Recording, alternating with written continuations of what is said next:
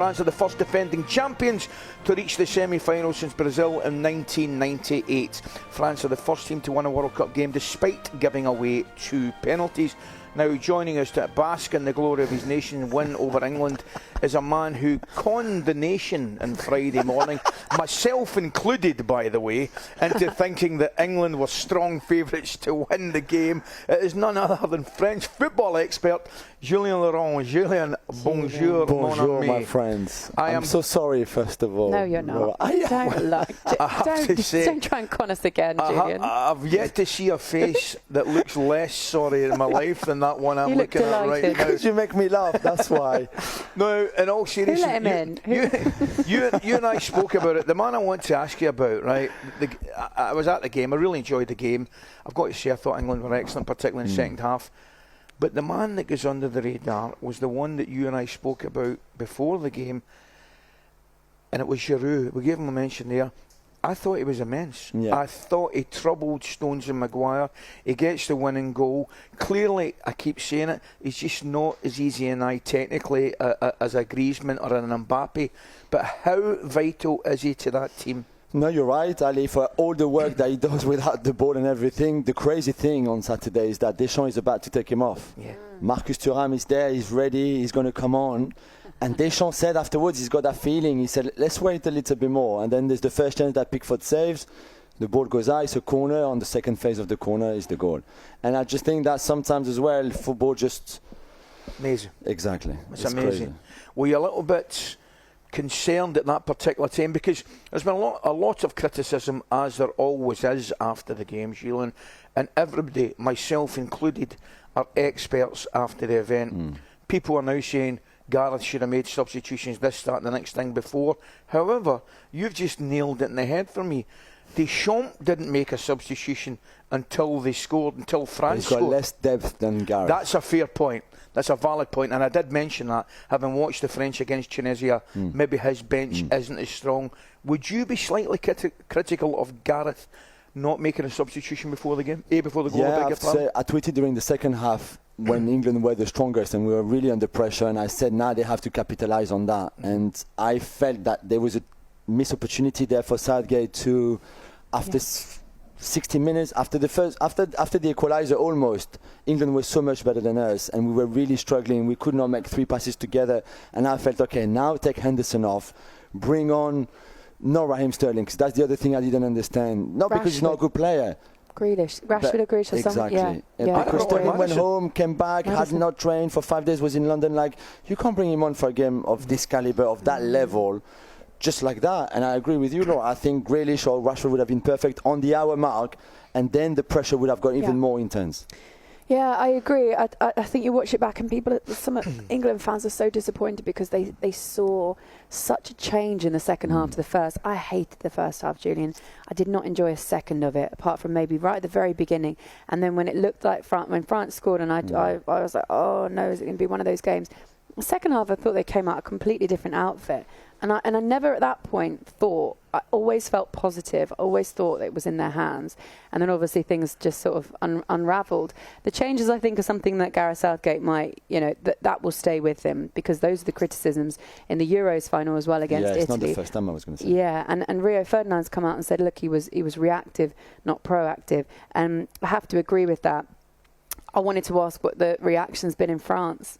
I mean, imagine it's absolutely jubilant. Yeah, no, it's been incredible because it was a tough game like we hadn't won in a very long time in those kind of knockout stages. And we said before the game, and I still think that England were the better team on Saturday. And that's why my predictions in a way was wrong, but not that wrong, because England could easily have won that game. And it was played on the second penalty and that kind of stuff. But I think a lot of people back home acknowledge how good England were, which is great. You kind of wound us up a little bit with some of the stuff, in the media before and everything, and the players were a little bit hurt by what some of the newspapers were writing about Hugo Lloris, for example. And I think that what was that? How bad it was, basically. And I think, I think they used that a little bit as well as an extra motivation maybe for the game. Not that they didn't need extra motivation, but yeah. Are you talking about the billboards as well in Paris? That didn't really wind the players up. Not at least not the ones that I speak to who told me, maybe that they didn't really agree with the Lloris criticism so heavy and so. But the billboard was funny, but only if you win. If you don't win, suddenly. And now you get them down really quickly and pretend it never happened. The Hugo Lloris criticism. Did you think for the second penalty, there was obviously between the two being teammates for Tottenham, there's obviously an understanding there where he would have understood what Harry Kane does, which side he likes to favour, all that sort of thing. Do you think that Hugo Lloris won the mind games in that one? So the French could not believe that Kane was taking that second one. They were convinced that someone else would take it. They said it's impossible. And if you remember the Eintracht Frankfurt game with Spurs in the Champions League, he blasted the second penalty in the 90th minute again over the bar. So already maybe there's something about taking 2 pens in the same game for him against the same goalkeeper. If that keeper has been your friend, and they are really good friends. They see each other outside of football. It's not just training together. They know each other so well. They're really good friends, and maybe there's something. And the French really, in the debate we had after on radio or television, could not believe that Kane took that second pen instead of someone else. Well, that was what I was going to say, though, because when you say instead of, there isn't a natural one that you go instead of X, Y, Z, because actually if you'd have given it to one of those other players, and they're all pretty junior in comparison to Harry Kane, and then that player missed it. Oh, you're crucified. That would have been worse. It'd have been horrendous. If England had given the penalty to somebody else, a Saka with previous, or whoever it may be, and they'd missed it. I think Saka was off the park at that time. Sterling, for example. Well, exactly, fresh off the bench. And then they miss it.